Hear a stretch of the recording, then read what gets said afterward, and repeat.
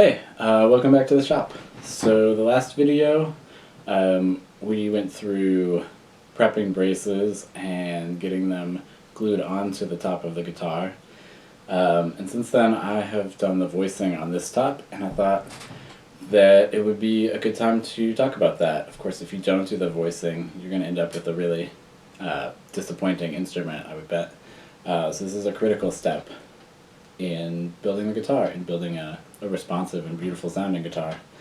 If you've looked in a lot of guitars, you know that there's a tremendous amount of variation in, guitars that sound equally good, or that all sound very pleasant. There can be a huge amount of variation, and that can be,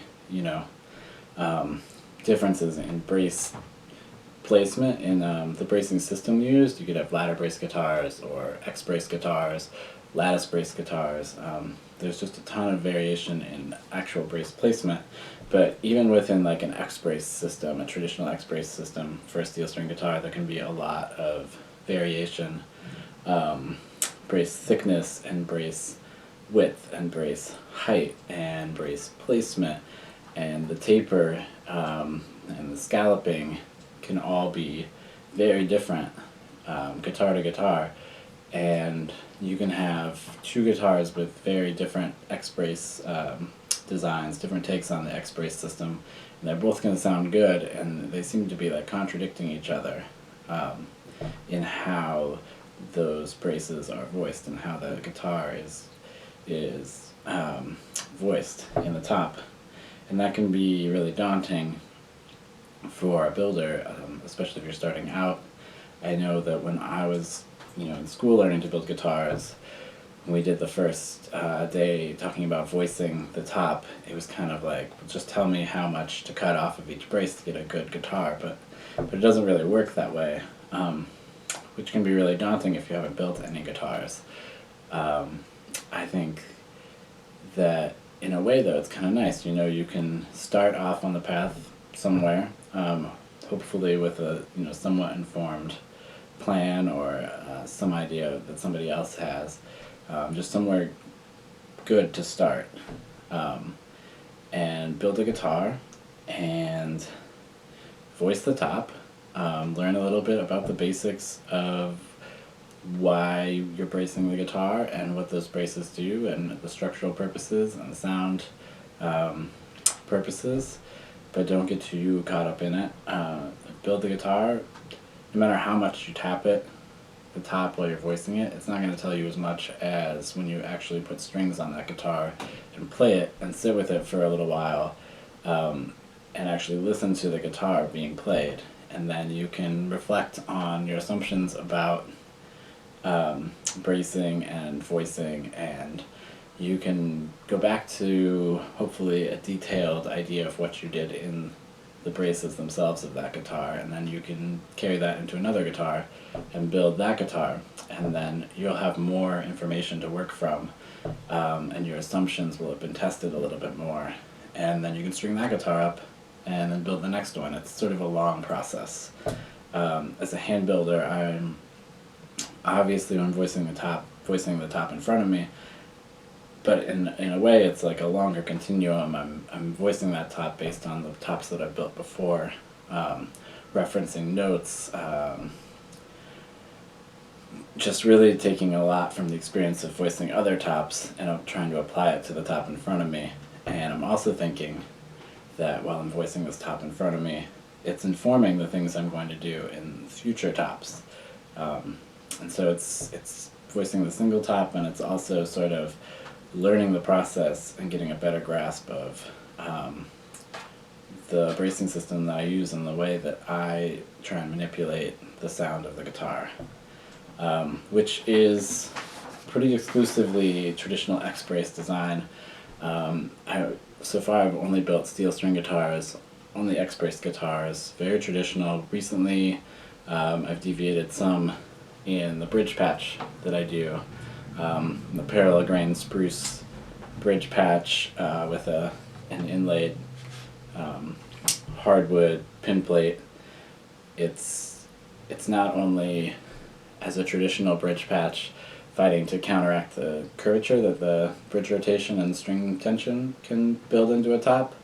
But it's also really about spreading the string load and the string energy out over a wider area by creating like a stable base underneath the bridge.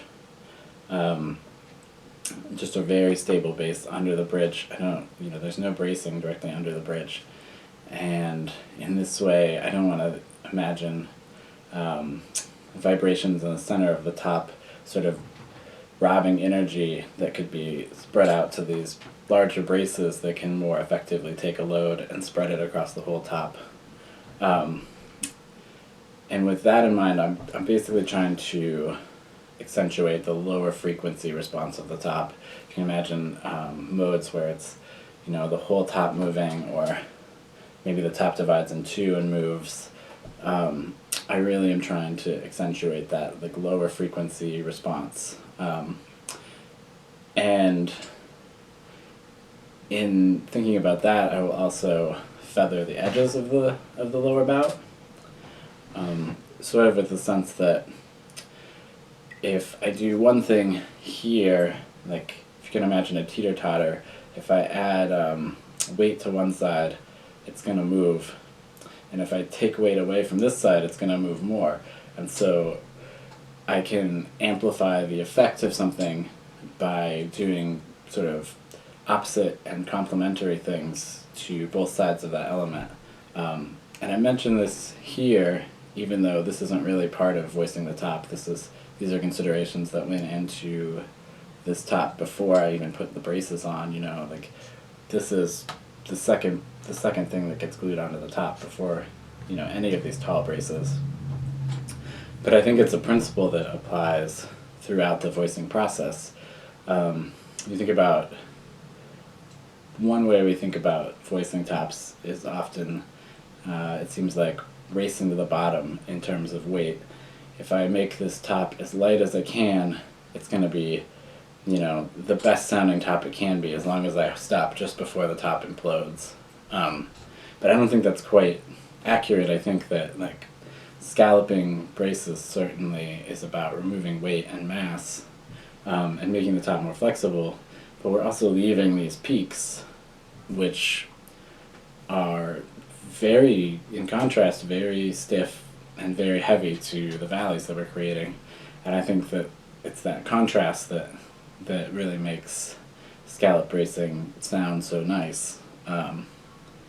In essence, you're creating these local stiff areas, and you're telling the top not to be flexible there, and you're adding weight to those areas, and then you're creating these valleys, and you're saying to the top that this is where you want it to be flexible. You're reinforcing certain ways that the top is going to vibrate when it has string tension and when it's being played through these contrasting elements.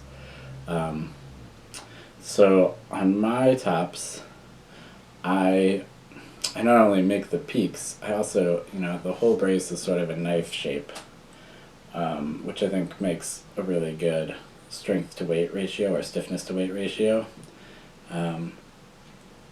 You can remove the most material, but as long as the brace remains high, it'll retain a lot of stiffness. It's something like an inverse square. If you cut a brace, half of its height down, it'll lose like four times the stiffness. Or if you make a brace twice as tall, it'll be 4 times as stiff.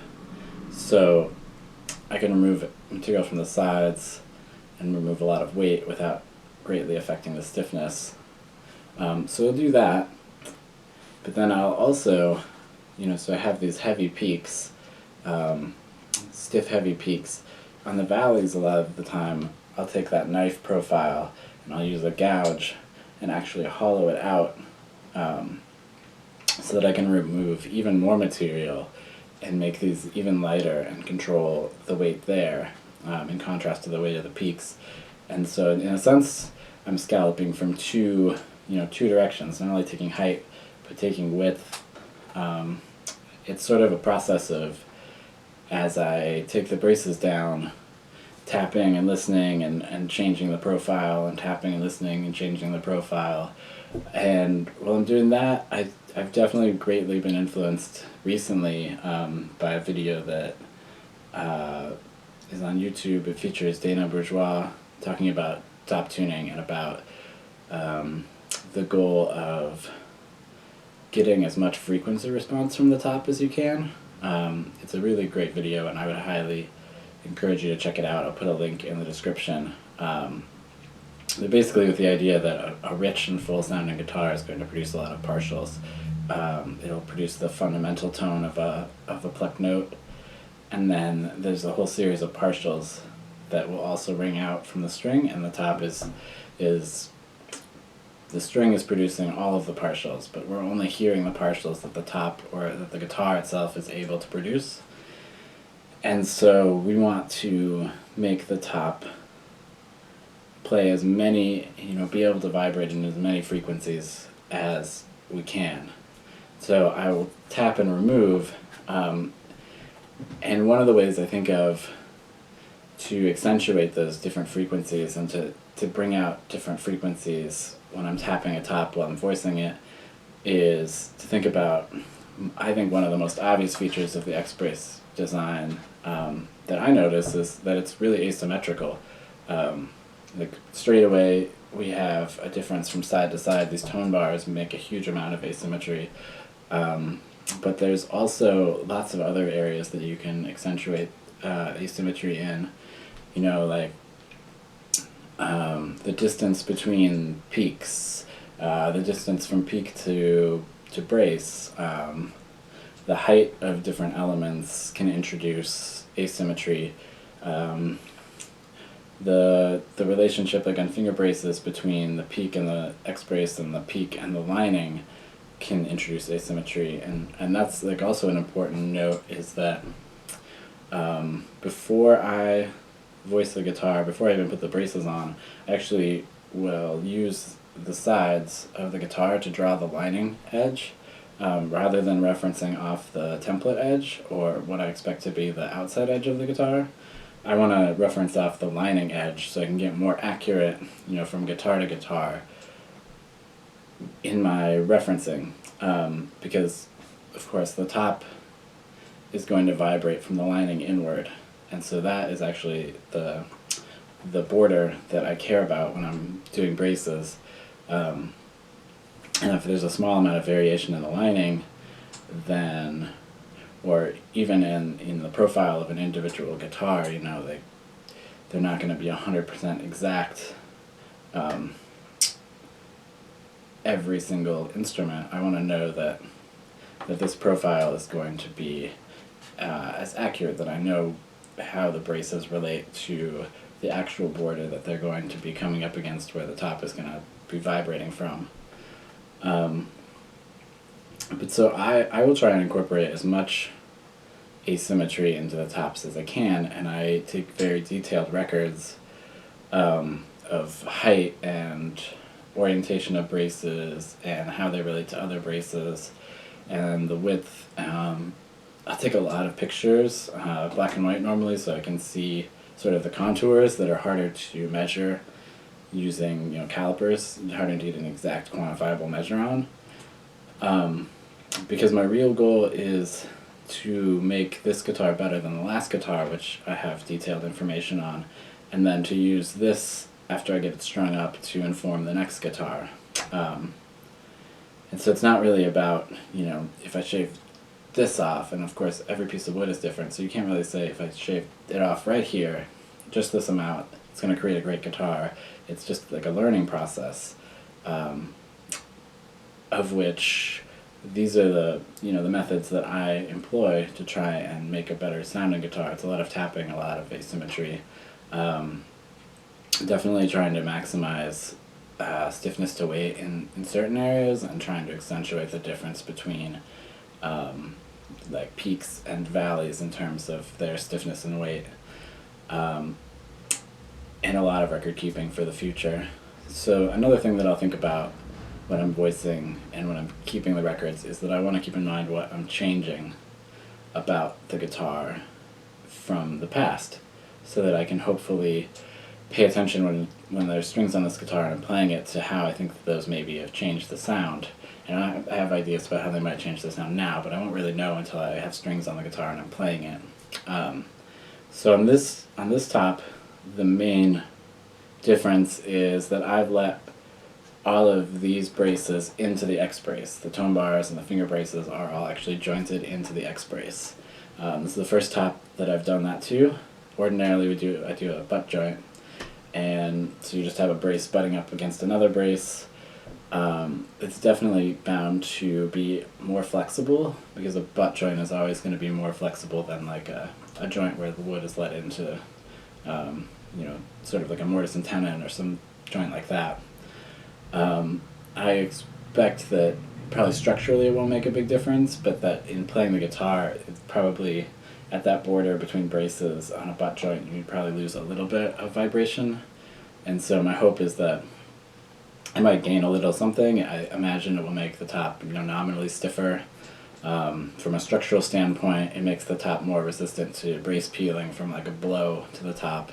Although I'm not super worried about that at like these junctions. That doesn't feel like a big worry, but that is also noteworthy. For the top itself, that's about it. But for the back and the top relation, I'm also trying a new thing.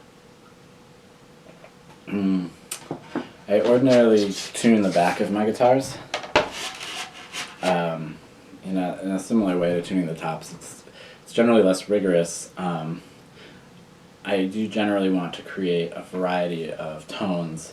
You'll notice that I have 5 braces on this back.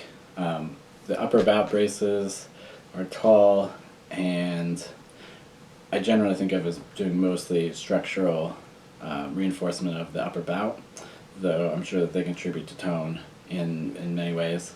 But I'm really trying to drive tone contribution out of the lower bout. And on the lower bout of all of the round bout guitars that I make, I use 3 sort of short fat braces. And since I switched to this, I've been really happy with the results, with the resulting guitars. But I haven't done a lot of really extensive tuning. I want to have a different tone, several different tones coming from the back, and I generally vary side to side the braces, but I haven't paid a lot of meticulous attention to it. As long as I can get multiple tones out, then I'm pretty happy. On this particular guitar, I'm actually trying to make sure that the tones I get from these braces are different than the tap tones that I'm getting from the top. And ordinarily I don't pay a lot of attention to the actual tones that I'm getting from like the top, because as soon as I glue it up, those are going to change. When it gets glued to the rims, and then when the back gets glued on, and the binding gets cut out, it's all going to change the tones and the sound when I tap it. So it seems kind of pointless to pay attention to the exact notes, but on these I have been paying attention to the frequencies that they resonate at, with the hope that when I glue them up they'll change in similar ways, and that they will still then be different frequencies. And the hope is that the top is able to produce most of the frequencies that I want the guitar to resonate in, to produce most of the fundamentals and partials of the notes being played on it. I want to try and make sure that anything that is not able to be, or is not strongly produced by the top, can be picked up by the back, that in sympathetic vibration it can fill in missing partials and round out the sound a little bit. I've never tried this before, the specific tuning of the top and the back tap frequencies. So I'm curious how it's going to turn out, and I'm curious what it'll feel like playing it, and I don't know if I'll do it again, but we'll see how it ends up, and I'm certainly going to be recording it in the notes and keeping it in mind. And if it works well, I'll probably be trying out a variation of it on the next guitar. So that's most of my voicing process.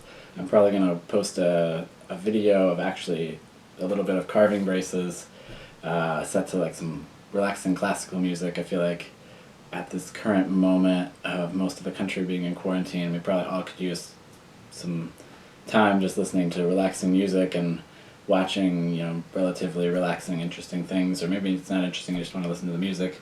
But so that'll be a little video that I'll put up. And then I'm not quite sure what the next video will be, but I think I'm going to have a lot more time to be making these and to be doing the construction of this guitar. So I would tune back if you're interested soon, because I'll probably have another video up in the next couple weeks, next week, hopefully, dealing with another aspect of construction. And as always, if you're interested in learning more about building guitars, you can follow this channel, subscribe to this channel, and you'll get updates about the videos that I make as they come out. Or you can look in the description and follow the link to my website where you can see a little more of my work. And yeah, I hope to see you next time. I hope you're staying healthy, and thanks for watching.